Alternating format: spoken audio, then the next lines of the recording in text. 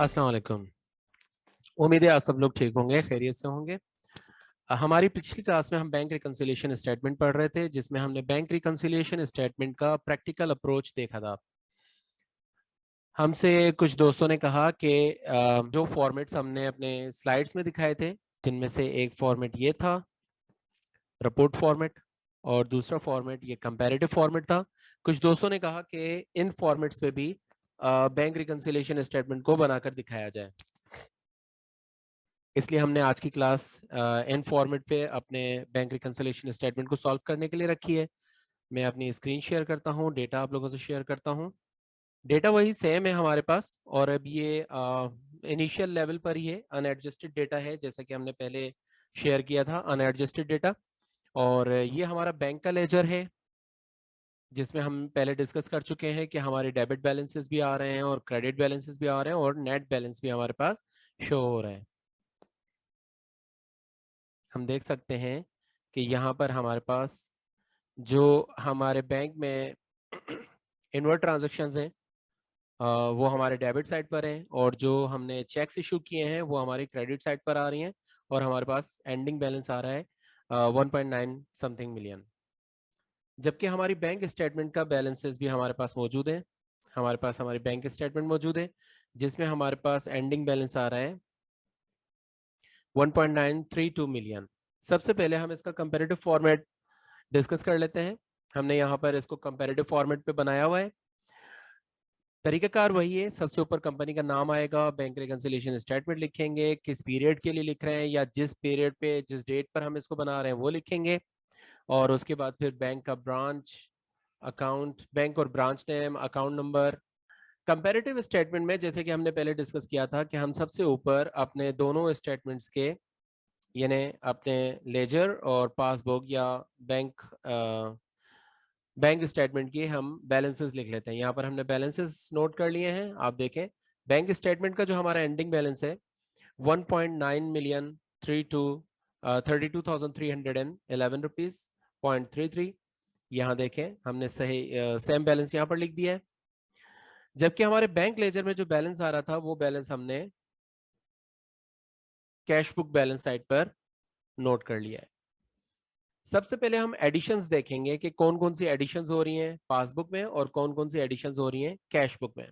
जैसा कि हमने अपनी क्लास में डिस्कस किया था कि डिपॉजिट इन ट्रांजिट्स को हम पासबुक में प्लस कर देते हैं। हम देख सकते हैं अपनी स्लाइड पे भी कि डिपॉजिट इन ट्रांजिट्स पासबुक में प्लस हो जाते हैं। तो ये हमारे डिपॉजिट इन ट्रांजिट्स हैं जिनको हमने पासबुक में प्लस कर दिया है। उसके बाद फिर कैश बुक में एडिशंस जो होती हैं वो बैंक प्रॉफिट्स की और इंटर बैंक फंड ट्रांसफर या डायरेक्ट डिपॉजिट भी इसको हम कह सकते हैं, इन दोनों को हम अपने कैश बुक में ऐड कर देंगे। फिर आ जाते हैं हमारे डिडक्शंस कॉलम पर। पासबुक के डिडक्शंस में जैसे कि हमने डिस्कस किया था कि हमारे पास एक चेक है जो हमने इशू किया है, लेकिन वो अभी तक अनप्रेजेंटेड है। ये हमने 31 मार्च को इशू किया था। ये चेक हमारे बैंक लेजर में मेंशन हो रहा है, लेकिन हमारे बैंक स्टेटमेंट में मेंशन नहीं हो रहा, वहां पर अभी तक ये माइनस नहीं हुआ बैंक से, हमारे अकाउंट से। तो इस तरह के अनप्रेजेंटेड चेक्स को हम माइनस कर देते हैं या डिडक्ट कर लेते हैं पासबुक में से। एक और पुराना चेक था 13,315 का, इसको भी हम अनप्रेजेंटेड चेक्स के हेड में माइनस कर लेंगे। इसके बाद कैश बुक की डिडक्शंस में बैंक चार्जेस आते हैं। बैंक चार्जेस मुख्तलिफ किस्म के होते हैं। यहाँ पर हमारे पास 3 किस्म के बैंक चार्जेस थे, जैसे कि हमने लास्ट क्लास में भी किया था। एफईडी फेडरल एक्साइज ड्यूटी, इसके चार्जेस थे 76.76। अकाउंट स्टेटमेंट चार्जेस थे 90.51, जबकि चेक बुक चार्जेस थे हमारे 500 रुपीज। जब हमने सारी एडिशंस और डिडक्शंस को काउंटर किया, इन सबको आपस में प्लस माइनस किया, तो देखिए हमारे पास ओपनिंग बैलेंस था पासबुक का 19,32,311 रुपए और 33 पैसे। इसमें डिपॉजिट इन ट्रांजिट्स ऐड हो जाएंगे 5,59,144, और अनप्रेजेंटेड चेक्स, दोनों अनप्रेजेंटेड चेक्स हमारे माइनस हो जाएंगे। तो हमारे पास एडजस्टेड बैलेंस आ गया 19,32,760 रुपए और 33 पैसे। इसी तरह हम अपनी कैश बुक के कॉलम में देख रहे हैं कि कैश बुक के कॉलम में हमारे पास ओपनिंग बैलेंस था 19 लाख, बल्कि ये ओपनिंग बैलेंस नहीं है, ये बैलेंस एज ऑन 31 मार्च है। हम इसको यहाँ लिख लेते हैं।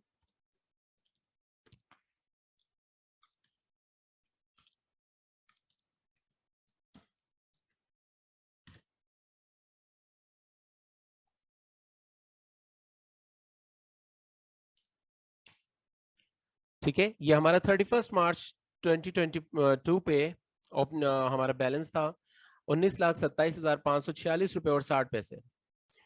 इसमें IBFT या इंटरबैंक फंड ट्रांसफर हमारा ऐड हो गया 5,030 रुपए।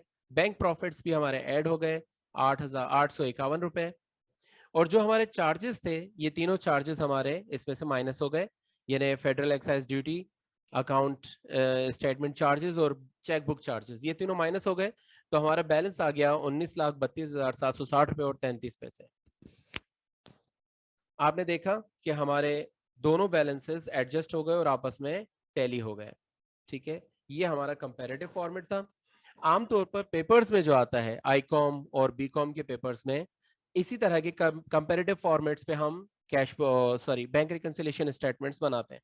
तो आज की हमारी इस क्लास से वो स्टूडेंट्स भी फायदा उठा सकते हैं जो आईकॉम या बीकॉम कर रहे हैं, ताकि वो कंपैरेटिव स्टेटमेंट में कंपैरेटिव फॉर्मेट पे अगर बैंक रिकंसिलिएशन स्टेटमेंट बनाना चाहें तो they can easily do it. अब आ जाते हैं हम अपने रिपोर्ट फॉर्मेट पे। जो हमने अपनी लास्ट क्लास में जो बनाया था that was also report format.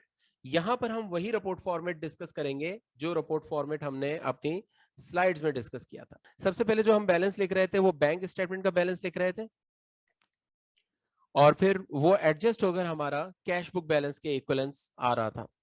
हम इसको देख लेते हैं। आप देखें, हमारी बैंक स्टेटमेंट में जो बैलेंस आ रहा है वो 19,32,311 रुपए और 33 पैसे आ रहा है। आ जाते हैं हम अपनी रिपोर्ट फॉर्मेट पे। 19,32,311 रुपए हमारा बैलेंस है, इस पर बैंक स्टेटमेंट आ गया। फिर हम देखेंगे कि इसमें एडिशंस क्या क्या हैं। अब तक हमें यकीनन ये चीज जहन नशीन हो जाना चाहिए कि डिपॉजिट इन ट्रांजिट हम इसमें ऐड कर लेते हैं। जो जितने भी हमारे चार्जेस होते हैं, बैंक चार्जेस होते हैं जो बैंक ने माइनस किए होते हैं, हम उनको वापस ऐड कर देते हैं। याद रखिए, रिपोर्ट फॉर्मेट पे हम इनको वापस ऐड ऑन कर देते हैं बैंक चार्जेस को, अगर हम इसको एडजस्ट नहीं कर रहे तो। जो हमने लास्ट क्लास में किया था वो बेसिकली प्रैक्टिकल लाइफ अप्रोच थी। उसमें हम इस तरह के चार्जेस को पहले से एडजस्ट कर लेते हैं अपने बैंक लेजर के अंदर। लेकिन जब हम प्रैक्टिकल अप्रोच नहीं ले रहे बल्कि हम थ्योरेटिकल अप्रोच ले रहे हैं, यानी हम उस फॉर्मेट पे करना चाह रहे हैं जिस फॉर्मेट पे स्टूडेंट्स आमतौर पर कर रहे होते हैं, या अगर आप कहीं पेपर दे रहे हैं आईकॉम या बीकॉम के, तो वहां पर आपको जिस फॉर्मेट पे मांगा जाएगा, जो जिस फॉर्मेट पे आपको बैंक रिकंसिलिएशन स्टेटमेंट बनाने के लिए कहा जाएगा, अब हम उस अप्रोच को अपना रहे हैं, उस अप्रोच को फॉलो कर रहे हैं। इस अप्रोच में क्योंकि बैंक ऑलरेडी माइनस कर चुका है, तो हम इसको वापस ऐड कर देंगे ताकि हमारे एडजस्टेड बैलेंसेस हमें पता लग सके। ठीक है, तो जितने भी बैंक चार्जेस होंगे वो हम ऐड ऑन कर देंगे, वापस ऐड बैक कर देंगे इसके अंदर। हमारा एफईडी चार्जेस भी, अकाउंट स्टेटमेंट चार्जेस भी और कैश बुक चार्जेस भी इसमें वापस प्लस हो जाएंगे। डिडक्शंस में देखते हैं, इंटरबैंक फंड ट्रांसफर, यानी बैंक ने अपने पास जो चीजें हमारे अकाउंट में ऐड कर दी थी वो चीजें हम माइनस कर देंगे। ठीक है, इंटरबैंक फंड ट्रांसफर या डायरेक्ट डिपॉजिट या डायरेक्ट ट्रांसफर, ये बैंक अपने पास हमारे अकाउंट में ऐड कर लेता है, हम उसको माइनस कर लेंगे। अनप्रेजेंटेड चेक्स बैंक में से अभी माइनस नहीं हुए तो हम इसको यहां से माइनस कर देंगे। ठीक है, ये बैंक में अभी तक प्रेजेंट हुए ही नहीं है, लेकिन जब प्रेजेंट होंगे तो हमारे बैंक अकाउंट में से ये माइनस हो जाएंगे। तो हम अभी, और क्योंकि हम अपने बैंक लेजर में से इसको माइनस कर चुके हैं, कैश बुक में जो हम बैंक लेजर बनाते हैं, बैंक साइड पर जो लेजर बनाते हैं उसमें से हम माइनस कर चुके हैं, तो हम इसको बैंक में से भी माइनस कर देंगे। और बैंक प्रॉफिट, ये भी बैंक ने हमारे अकाउंट में ऐड कर दिया था, हम इसको भी माइनस कर देंगे। तो देखिए हमारे पास जो टोटल एडिशंस आ रहे हैं वो 259,811 रुपीज एंड 27 पैसा, और जो टोटल डिडक्शंस आ रही हैं वो हैं 2,64,576 रुपए। हमारे पास बैंक स्टेटमेंट का बैलेंस था 19,32,311 रुपए। इसमें हम इसको यानी तमाम एडिशंस को प्लस कर देंगे और तमाम डिडक्शंस वाले अमाउंट को माइनस कर देंगे, तो हमारे पास जो बैलेंस आ रहा है वो आ रहा है 19,27,546 रुपए 60 पैसे। हम चेक करते हैं कि क्या हमारा बैंक का लेजर भी यही अमाउंट बता रहा है। जी, हमारा बैंक का लेजर भी सेम यही अमाउंट बता रहा है, 19,27,546 रुपए और 60 पैसे। तो ये हो गया हमारे बाकी दोनों फॉर्मेट्स, रिपोर्ट फॉर्मेट और कंपैरेटिव फॉर्मेट। कुछ चीजें जो यहाँ पर आपको याद रखने की है, जो यहाँ पर आपको जहन नशीन रखनी है, वो ये याद रखिएगा कि कंपैरेटिव फॉर्मेट और रिपोर्ट फॉर्मेट जो आज हमने डिस्कस किया है, ये दोनों थ्योरेटिकल अप्रोचेस हैं। इन दोनों अप्रोचेस को आप पेपर्स में तो इस्तेमाल कर सकते हैं। पेपर्स में इस्तेमाल करने के लिए आप बिल्कुल इसी फॉर्मेट पे बनाएंगे बैंक रिकंसिलिएशन स्टेटमेंट। ठीक है, जो हमने लास्ट क्लास में जो सीखा था वो प्रैक्टिकल अप्रोच है। जब आप किसी ऑर्गेनाइजेशन में जॉब कर रहे होंगे, काम कर रहे होंगे, तो वहां पर आप इस फॉर्मेट पे नहीं बनाएंगे, बल्कि वहां पर आप क्या करेंगे, देखिए उसमें और इसमें फर्क क्या था। हमने प्रीवियस क्लास में जो कुछ सीखा था उसमें हमने ये तमाम बैंक चार्जेस, जिनको मैं यहाँ हाईलाइट कर रहा हूँ येलो से, इन तमाम बैंक चार्जेस को हमने पहले ही एडजस्ट कर लिया था अपने बैंक लेजर में। इसके अलावा बैंक इंटरबैंक फंड ट्रांसफर्स को भी हमने ऐड कर लिया था और बैंक प्रॉफिट्स को भी हमने ऐड कर लिया था अपने बैंक चार्जेस में, बैंक लेजर में। और जो हमारा पास ड्यू चेक इशूड था, ऐसा चेक जो हमने बहुत पुराना इशू किया हुआ था और अब वो चेक एक्सपायर हो चुका होगा, उस चेक को हमने वापस रिवर्सल डाल दिया था और उसको एड ऑन कर लिया था। तब हमारे पास एक एडजस्टेड बैलेंस आया था और उस एडजस्टेड बैलेंस से हमने बैंक रिकंसिलिएशन स्टेटमेंट बनाया था। जबकि थ्योरेटिकल अप्रोच में हमने कोई एडजस्टमेंट नहीं की है, हमने कोई एडजस्टमेंट नहीं की, बल्कि जितनी भी एडजस्टमेंट्स होनी है, जो चीजें प्लस माइनस होनी है, उन तमाम चीजों को हमने बैंक रिकंसिलिएशन स्टेटमेंट के अंदर ही एडजस्ट किया है। ठीक है, आप देखें, ये वो चार्जेस हैं जो बैंक ने हमारे अकाउंट से माइनस कर लिए थे, लेकिन हमने अपने अकाउंट्स में यानी बैंक के लेजर में अभी तक हमने माइनस नहीं किए थे, तो इसलिए हमने इसको वापस एड ऑन कर दिया। ये वो अमाउंट्स हैं, इंटरबैंक फंड ट्रांसफर का अमाउंट और बैंक प्रॉफिट का अमाउंट, ये दोनों वो अमाउंट्स हैं जो बैंक ने हमारे अकाउंट में प्लस कर दिए थे, हमने उनको वापस माइनस कर दिया क्योंकि अभी तक हमने अपने बैंक लेजर में इसको प्लस नहीं किया। इसके अलावा ये दोनों चेक्स अनप्रेजेंटेड चेक्स हैं जो कि हमारे अकाउंट से हमने अपने बैंक लेजर में से माइनस कर लिए हैं, लेकिन बैंक में से एक्चुअली अभी तक माइनस नहीं हुए। तो इनको हम माइनस कर देंगे ताकि हमारा बैंक का अमाउंट हमारे लेजर के अमाउंट से टैली हो जाए, हमारे बैंक स्टेटमेंट का अमाउंट, उसका बैलेंस हमारे लेजर के बैलेंस से टैली हो जाए। जब हमने ये सारी ट्रांजैक्शंस को इस तरह से एडजस्ट किया, तो आप देख रहे हैं कि हमारा बैंक स्टेटमेंट का अकाउंट अमाउंट हमारे बैंक लेजर के अमाउंट के साथ टैली कर गया है। यही चीज कंपैरेटिव में हो रही है। कंपैरेटिव में भी हम वो सारी की सारी ट्रांजैक्शंस ले रहे हैं जो कि डेफर हैं, जो कि या तो हमारे बैंक लेजर में शामिल नहीं है, या फिर जो कि हमारी बैंक स्टेटमेंट में शामिल नहीं है।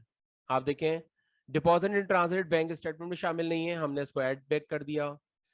अनप्रेजेंटेड चेक्स बैंक स्टेटमेंट में शामिल नहीं है, हमने इनको माइनस कर दिया। ठीक है, किया क्या है इनको, जो चीज ये दोनों चेक्स देखें माइनस होने हैं फ्यूचर में, हमने आज माइनस कर दिया।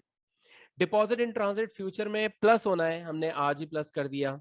ठीक है, इसी तरह से ये दोनों चीजें पास्ट में बैंक ने हमारे अकाउंट में प्लस कर दी हैं, ये हमें कैश बुक में प्लस करनी पड़ेंगी, हमने प्लस कर दी।